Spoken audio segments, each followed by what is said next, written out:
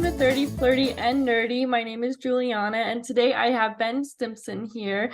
Ben is a pretty cool person. We met online, which I know a lot of people have been meeting online lately, and we met through a Facebook community group for podcasters finding guests. And so I'm really excited because Ben is really an interesting person. They are a therapist, lecturer, student, and spiritual director.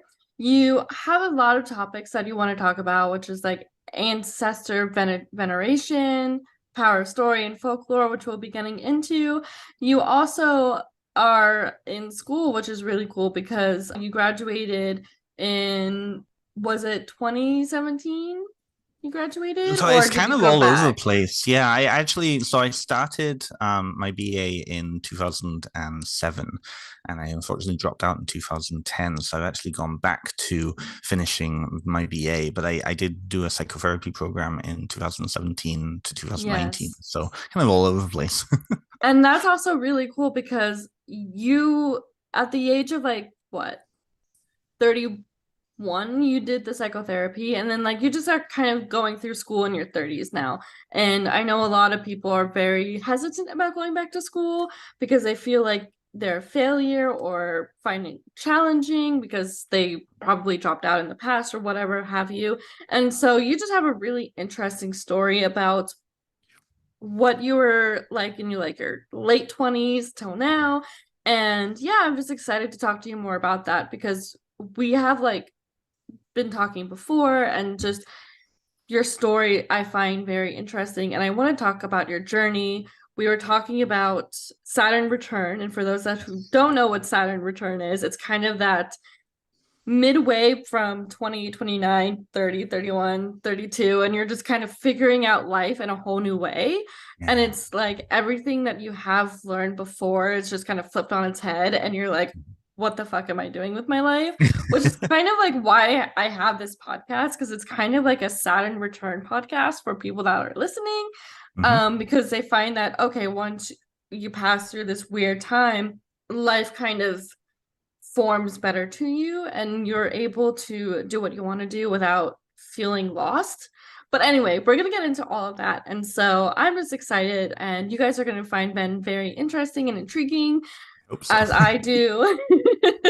But anyway, we're going to start with the school topic because I've been having this, like, I would love to go back to school to like actually Mm, have a deeper deeper field to work in and study in because I changed my major so many times. I was in school for like mm. 7 years, and I had Wow. to Yeah. graduate. So I graduated with a psych degree, but it's like, is that what I really want to do? But because I'm in debt, it's like I can't go back to school. And Yes. so I wanted to talk to you about how did it feel for you going back to school, being into your 30s?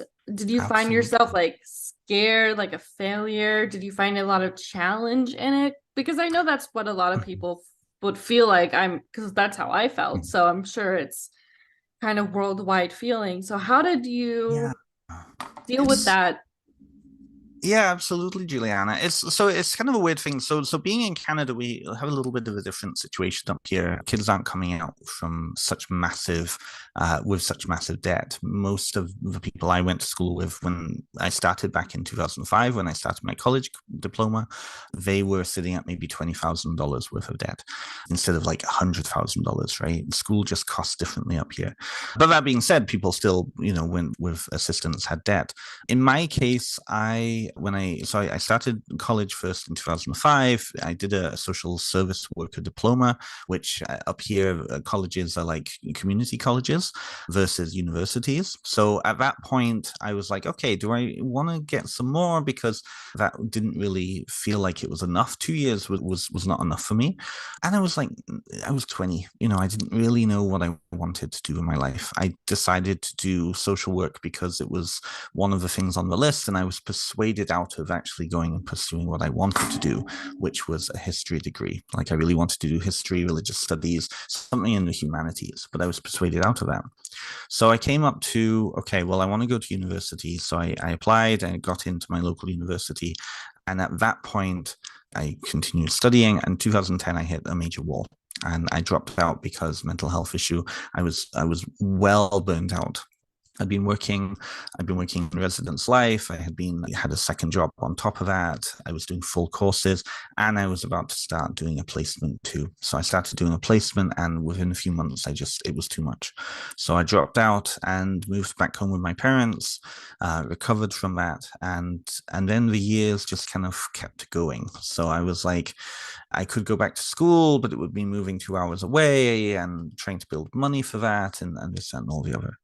So eventually I got to a point where I was just devastated. Like I felt like my life wasn't going to go anywhere. And I tried various different things out because, in actual true fact, I didn't want to do social work. I really didn't want to go into social work and be burnt out because I took a longer path than a lot of people I started with. And I was seeing some of the people who graduated before me burn out, burn out, burn out. Our particular school was focused very much on the system and working in the system and not really being able to do anything. So I was dreading. I went over to the UK to work for a summer in between the 2 years, and I worked over there, and it was amazing to be back home. I'm originally from the UK, so that was a nice thing. After 15 years of living in Canada, I was living at home and working at home for a summer, and then I came back to Toronto, and it was like, ugh, what now, right? So I moved back home. I started working with my parents. And so then being in my mid-20s and living with my parents, I know it's common now. Back then, it wasn't as common. I felt really isolated, and I felt like my life wasn't going to go anywhere.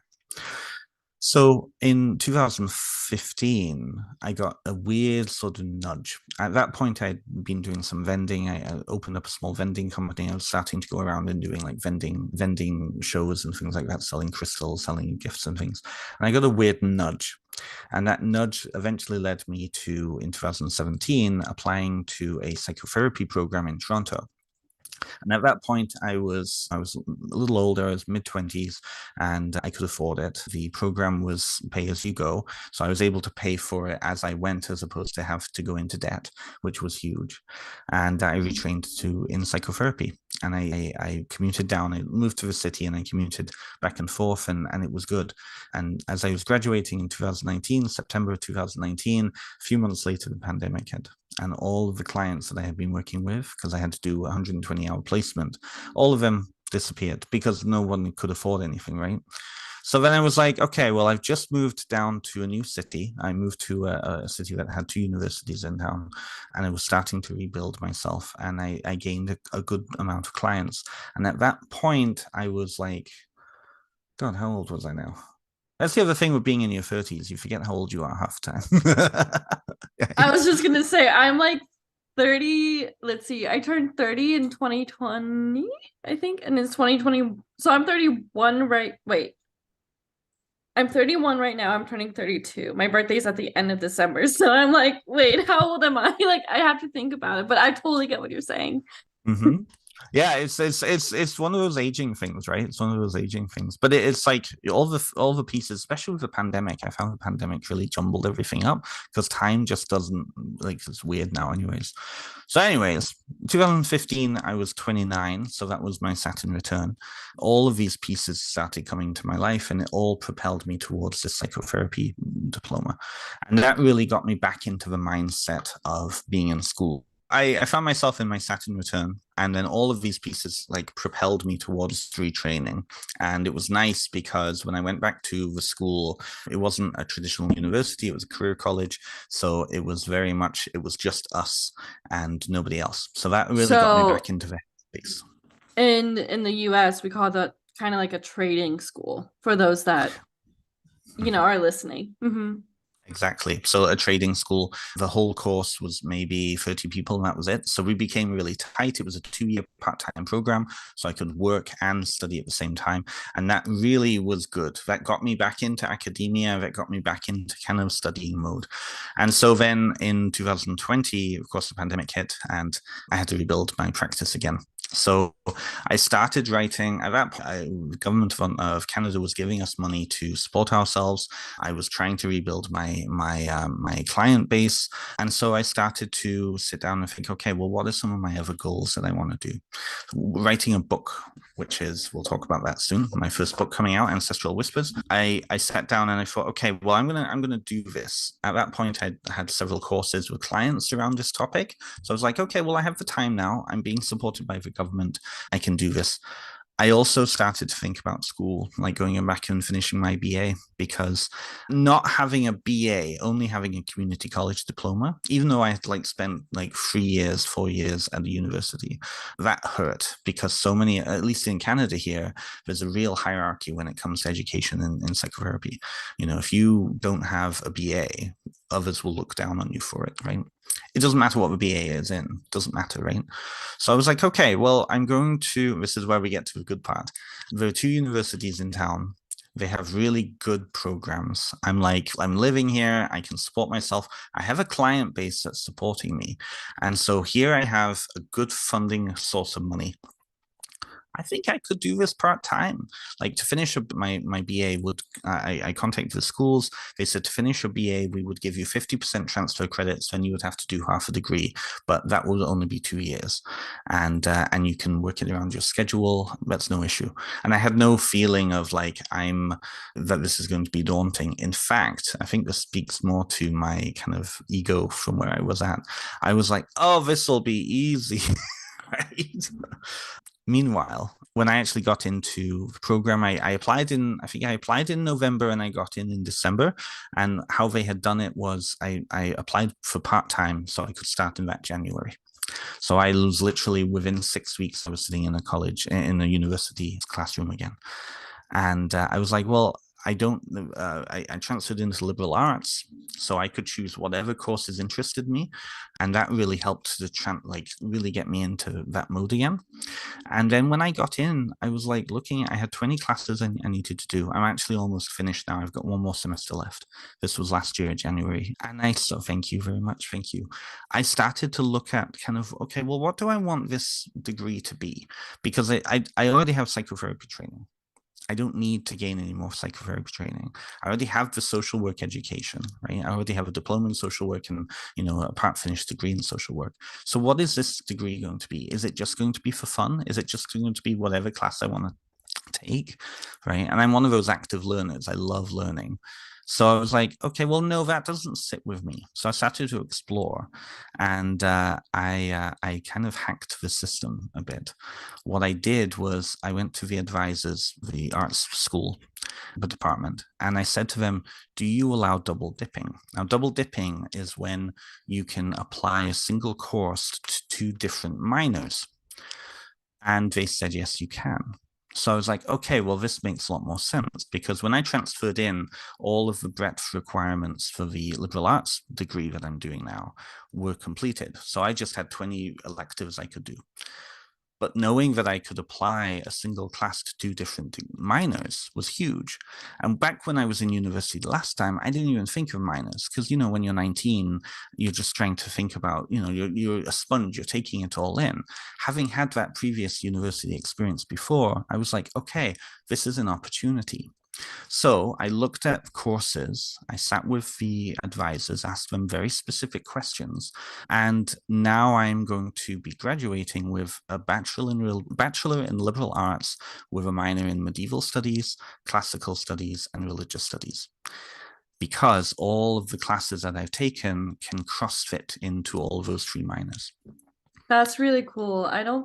I know that you're able to do like minors in college here, but I don't know if you could double dip here. So that's It pretty cool that depends you on had the that school. option. Yeah. Yeah, that's really Absolutely. cool. Yeah, it really depends on the school. I was very, very pleased with that. And so I sat down each term, I sat down, I went and spoke with the advisors, and like they had never seen anything like this. Because again, when you're young, you don't think of opportunities like that because you want to get your degree done and you're young, you're learning everything, right? It's overwhelming.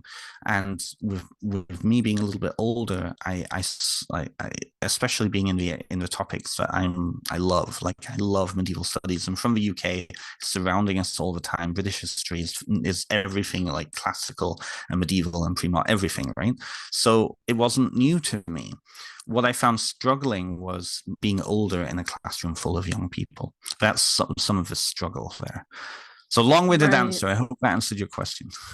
It did. And I also want to know too the struggle that you had with that internal struggle of being with the younger generation to now. Like, was that, do you think that was just like a you thing you had to go through, or do you feel like that's more noticeable with other people? Like, were the kids in your class kind of like, what is this like older guy doing in our classroom? Or like, did you kind of get that sense, or what do you think it was more coming from internal that you felt that way? I think it's both. I've now that I've had a chance to like I've done what, almost 15 classes. I think it really depends on kind of what year you're taking. When taking a first year course, you've got kids who are straight out of high school. They may have never really experienced, like, speaking in an environment like that, let alone with somebody who is, maybe 20 years older than them, right? Almost. I'm not quite, but almost. I think the people who are in upper year courses, they're a little bit more seasoned. Some of them actually might be a little bit older too, very like in their early 20s, mid 20s, some of them. And I think it also depends on the courses too. But I went in, I'll be honest with you, I went in with a head on me that because I was older, I knew it all. Because I had been in university and college for, like, at that point, 8 years, post secondary, various different programs, that I knew it all, I was wiser.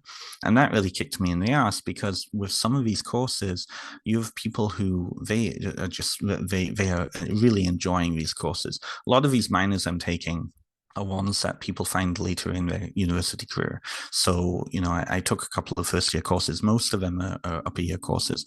So these are people who are really loving the content. They're engaged, right?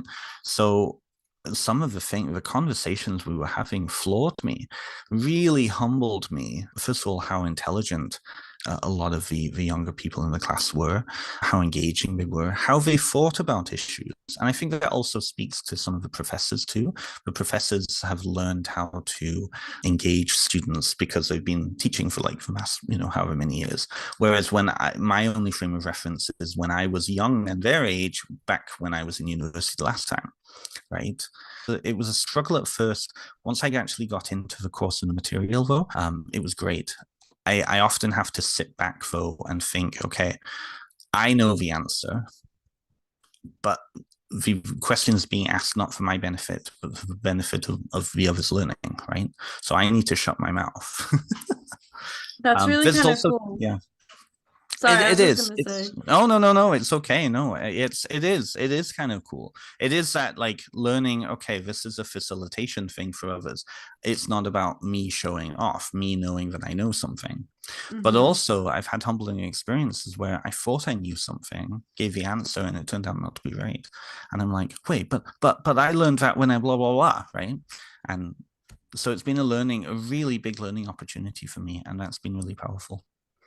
I'm a little jealous, not gonna lie. I kind of wish I could go back to school. And then like, oh, it doesn't seem too bad now.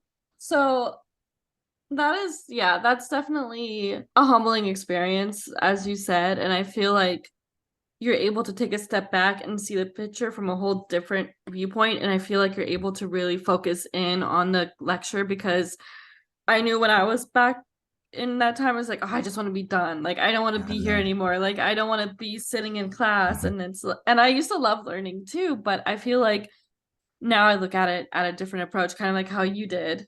yeah, And you're really like into the conversation. And it's like, oh, that would be really cool to like hear from the younger generation and hear from like yeah, the professors. You're kind of like in the middle. But absolutely. Yeah. and I kind of want to switch gears Hmm. just tweak it a little bit. Yeah, In sure. your application, you talked about how you want to mention how time is like a spiral thing and not a linear thing. Yes. Yeah. So I want to talk about that. And if you feel like Hmm. going back to school, did the spiral thing come with that because you felt like you're spiraling back and back? Okay, let me see if I could rephrase this. When you went when you're going back to school, did you feel like time was kind of spiraling backwards for you and not going forwards? Or like what do you mean by time Absolutely. being Yeah. a Let me explain spiral what I and mean. not linear, Yeah. but yeah. I realized this, and I now that I work, so I have quite a few younger people who I work with as clients, and some of the issues that they're talking about it's very evident that when you're young, and I experienced this too, I don't think that this is necessarily a kind of a unique phenomenon, but I think when you're younger, your sense of time is very linear because you don't have necessarily the bank of experience to put things into perspective, right? So if you're, 18, 19, and your scope of experience only gives you so many years and experiences, you might then see them on a linear path versus what I've discovered as I've aged is that I come back to similar places in my life every few years. So for me, my cycles are every 2 years, every 5 years, and every 10 years, which makes sense when you think about it, because certain times in your life, certain developmental stages, certain kind of milestones, right?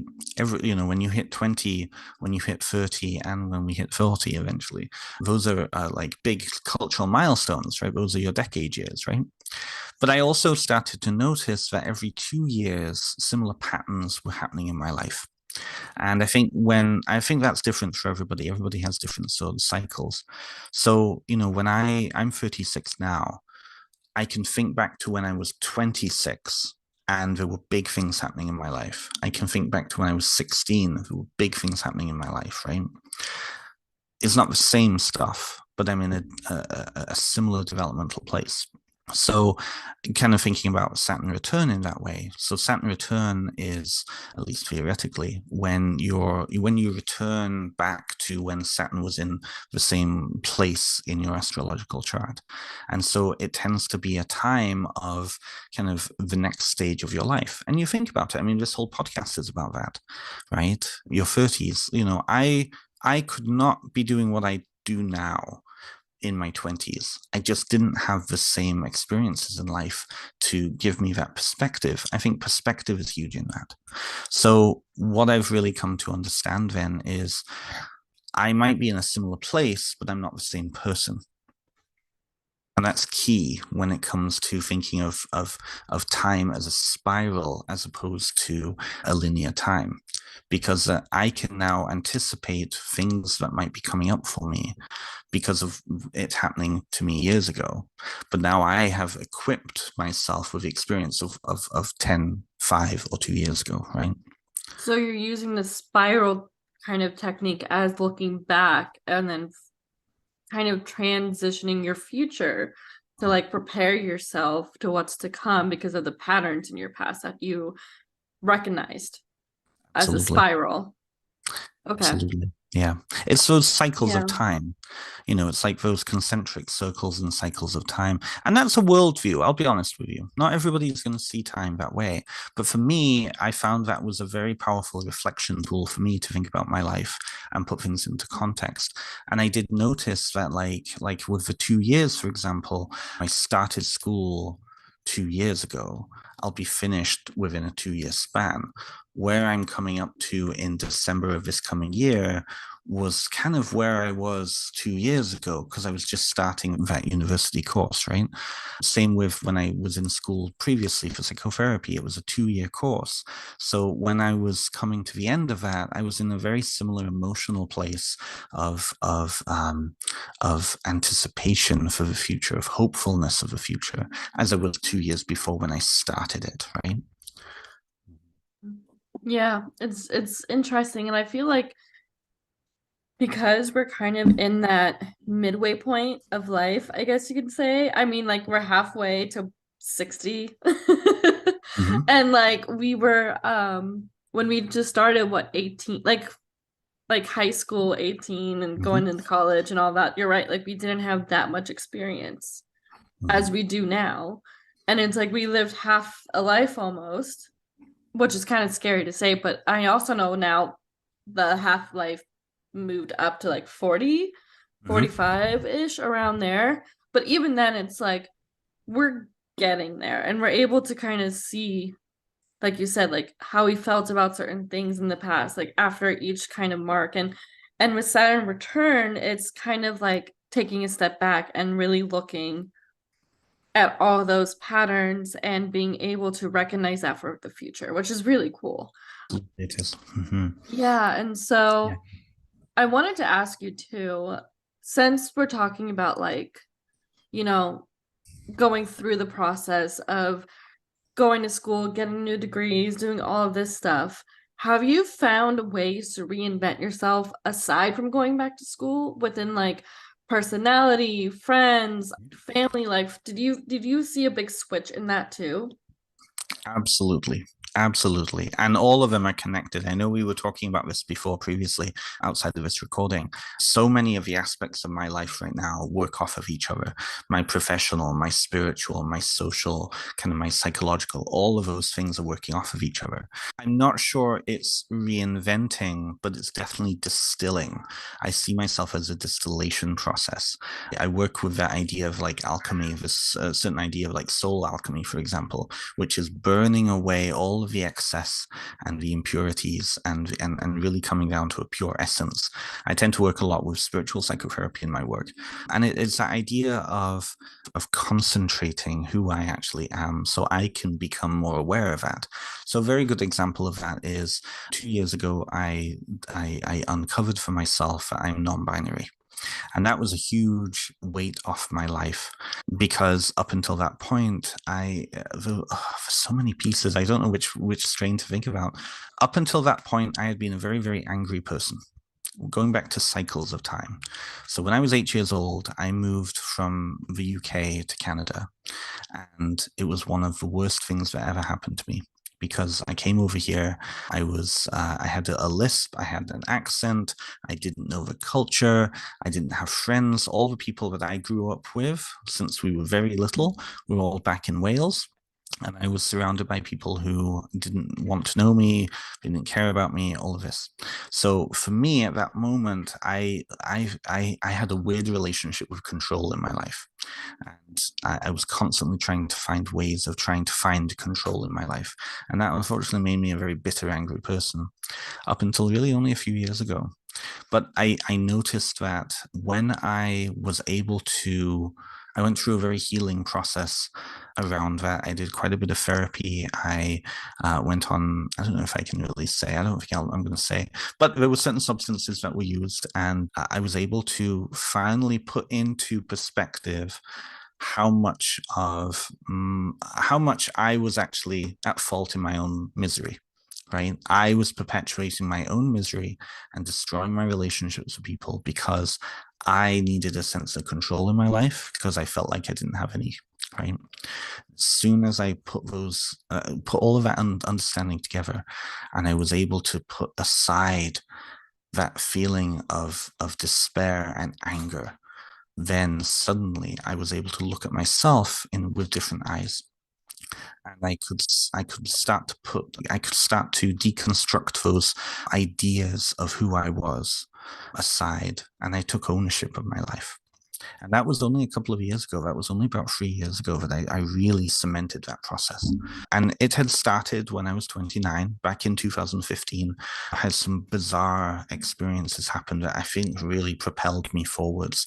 And I speak about some of them in this book. Ancestor work did a great deal of help with that. But in kind of understanding those pieces and understanding how a lot of those pieces were my self-inflicting pain on myself, I was able to then not reinvent myself, but certainly take ownership of my life. And in that ownership, I'm like, I only have so much time left in this world. I have so much I want to do, and now I have the confidence to do it. So going back to school was part of that. Coming out as non-binary was part of that. Writing a freaking book was part of that.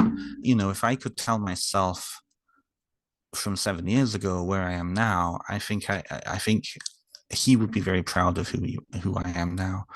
And back then, I even told myself, I'm going to change my life so that the person I am in 10 years' time can look back at who I am now and be proud. And I am very proud of that person.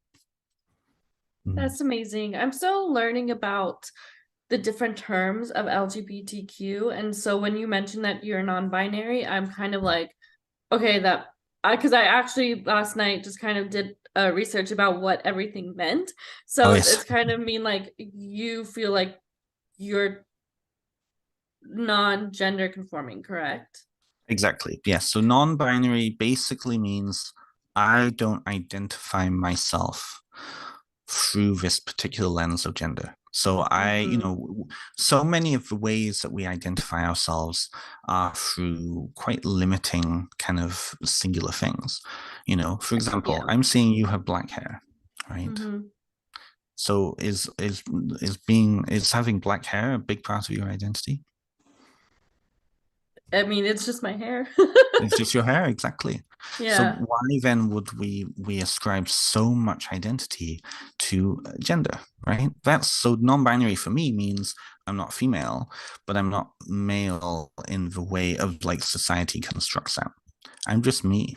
That's who I am, right? And because you came to that realization, you were able to find confidence more within yourself. Is that kind of what that did for Absolutely. you? Yeah. Yeah. So those who are watching this video, I'm wearing a baseball cap backwards. I'm wearing like really revealing, like kind of, like low cut shirt here, right? Yeah. 10 years ago, 5 years ago, I would not feel comfortable with my body. Like I would not feel comfortable with revealing myself. I would not feel comfortable wearing really like traditionally masculine clothing because, like when I was in high school, I wish I could show you a picture, but it's nuts. I was wearing bulky sweaters, track pants, even on a really hot summer day where it was like 80 or 90 degrees outside, right? Um, and it was because I didn't feel comfortable in my body. I didn't feel comfortable in my masculinity because I was gay. I'd just come out, but there was a lot of other stuff going on for me. And so as soon as I was able to kind of see through that lens and that dynamic, suddenly I was like, you know what? I actually feel comfortable growing up one day. So I started going to the gym. I started wearing like, like really like kind of, gym bro sort of, clothing, backwards baseball cap, all of that. And I'm looking at myself in the mirror and I'm like, damn, I look really good.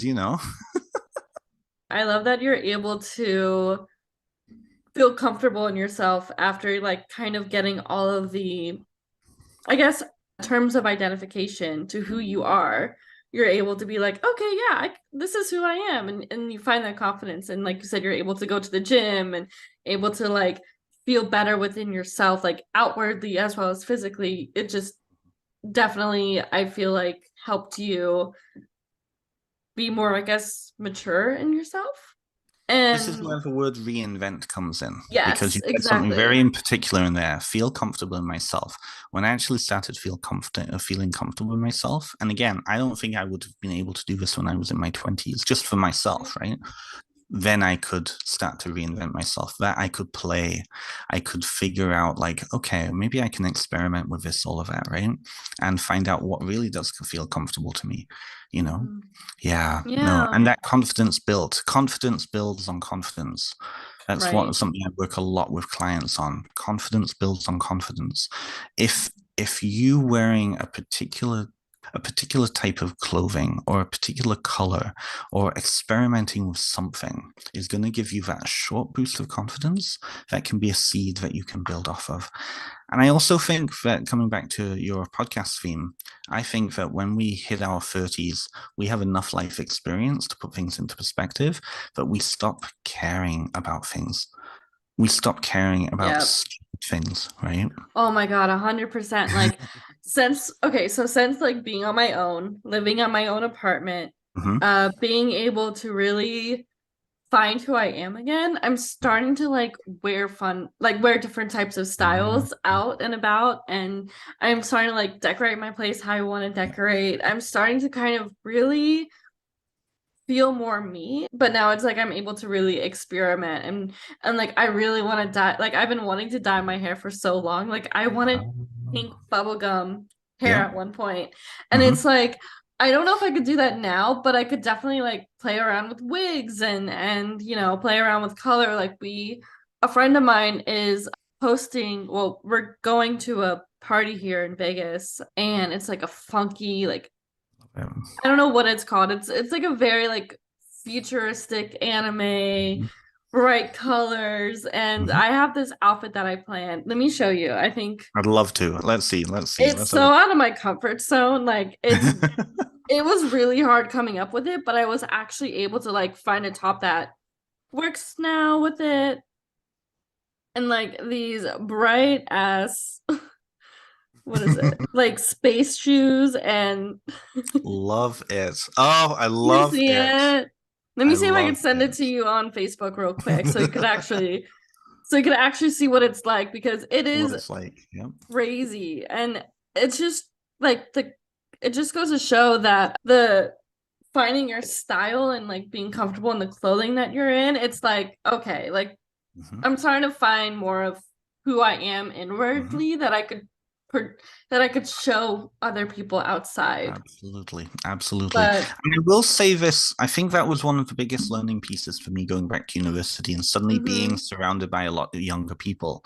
I think that it is easier for teenagers and people in their early 20s now to do what we're just starting to do now. And yeah, I think that has a lot to do with culture, a lot to do with kind of where they're at. I'm really impressed with where the kids are these days. I hate saying that yeah, word kids, but it's true, like they're young, right? Um, right, they have their own struggles. They're dealing with their own issues. They're dealing with stuff we didn't have to when we were younger. But I think they're a lot more interested in playing around. I think they're a lot yeah, more interested in experimenting. for Okay, let's sure. look at this. Oh, I love it. I love it. I love it. Isn't that crazy? I love it. I got the same color top, but it's like a different Hmm. style almost just because it's a little more comfortable. But yeah, it's definitely really fun and really Yeah. crazy for me. But you're So, right. so Like, here, okay, psychotherapy question then for you. oh no. I know I'm the guest here, but I'm going to turn the. So when you look at those colors, what do you see of yourself in those colors? Hmm. Bright, energetic, like Hmm. stuff like that. And I don't know how much you can see in my room right now, but it's very pink and very colorful.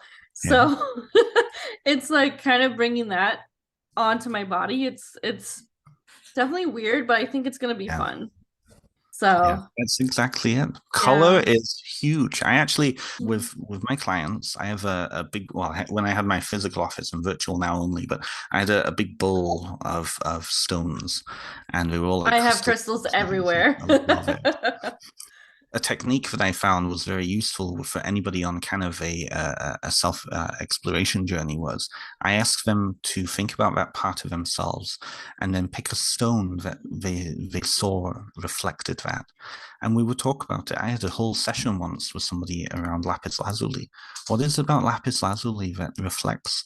And is it the deepness of the blue? Is it that cute little gold filament that goes through? What is it? What is it about this stone that draws you? We had a whole huge conversation about that. Color is huge. People don't realize how powerful color is. Hmm. Right. And I love Yeah. that you use crystals in your work because I have crystals. I used to make jewelry with crystals actually.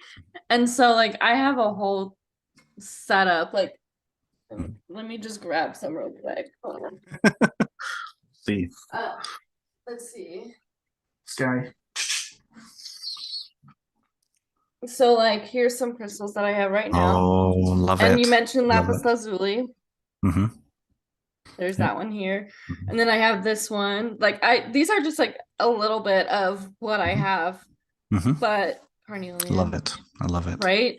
So I love crystals and I feel like they could really help with growth as well because if you go to a place and like a crystal store and you just kind Hmm. of like look around and you don't know what any of them mean, but you go and like you're always drawn to one or two, Hmm. right? And there's a reason for that. And people are like, oh, like I don't believe in crystals. They don't really have energy to it, like all this stuff. And it's like, sure, they're just rocks, but at the same time, it's like they're pretty rocks and a lot of them Yeah. have meanings behind it. So when you look deeper into the meanings, Hmm. you realize that you need that rock for a reason. Like I've had one where that I drawn to about entrepreneurship, and that's when I Oh, just started yes. entrepreneur Mm. life. And it's like, oh, I actually do really resonate with this crystal. And I don't know why we're getting into crystal conversation. This wasn't even a part Adds of up we the are. questions, but yeah, it definitely is a way for you to look deeper into who you are and to kind of Yes. explain why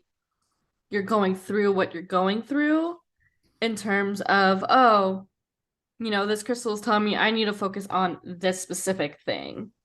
So Absolutely. anyway, crystal No, rant. I'm actually really glad that I'm really pleased that we did. So something I started practicing a while ago, and something that has really helped me kind of encapsulate my life and really understand my life, is touchstones and keepsakes. So what I do is I practice a form of self-reflection of like I call it memory palace. So memory palace is a memory technique. Is the ability to remember large amounts of information through association. And something that I've done to keep myself in perspective and to kind of just understand my life, understand me a lot better, is I have collected little trinkets. So I like to collect trinkets. And what I do is I try to find a little object that is meaningful, whether it's because it represents a particular time in my life, a particular person, a particular idea that's been important.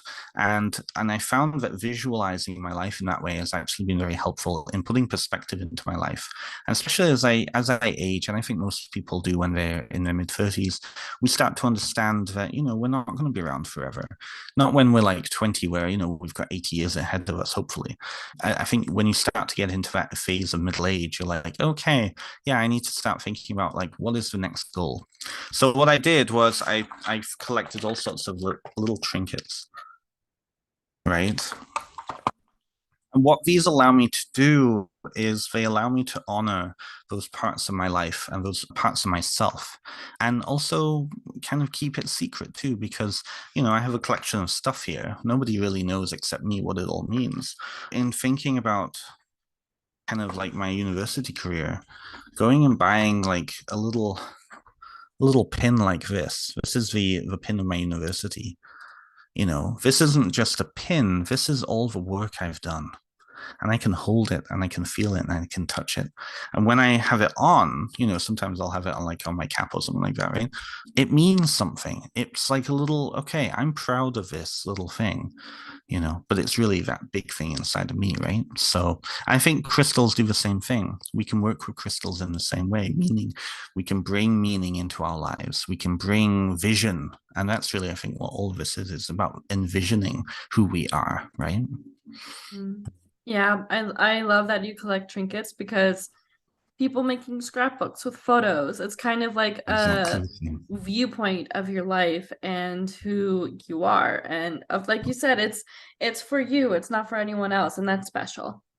Absolutely, absolutely. Yeah. And I think people our age in their 30s, that's a practice that we can do for ourselves, in whether it be scrapbooking, whether it be collecting trinkets. Nostalgia is looking back to also look forward, right? And that's, I think, tying into what I was saying about seeing time as a spiral as opposed to a linear line, right? Right. So we are running low on time, Yes. unfortunately.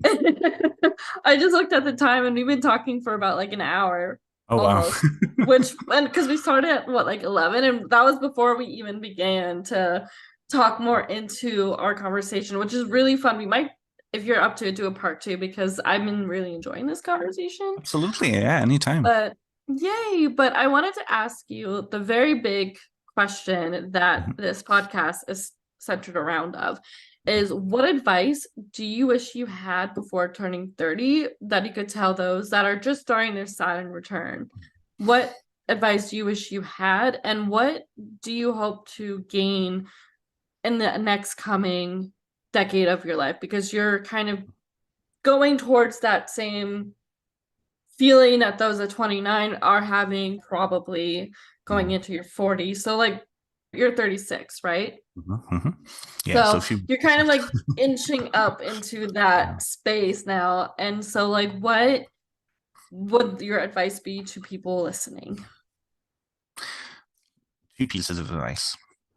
One is to stop caring about what others think about you so much. That's been a huge key piece for me, is to stop caring about what other people think, because they're not living your life, they're not walking in your shoes. Like, stay accountable to yourself, stay accountable to your own sense of authenticity, right? The second one, as I approach kind of middle age at 40, a few more years left, but is spend time doing the things that give you joy. You know, I spent so many years worrying about what other people were thinking about me, and that prevented me from just living my life. It doesn't matter what your parents think of you if they don't like what you're doing in your life.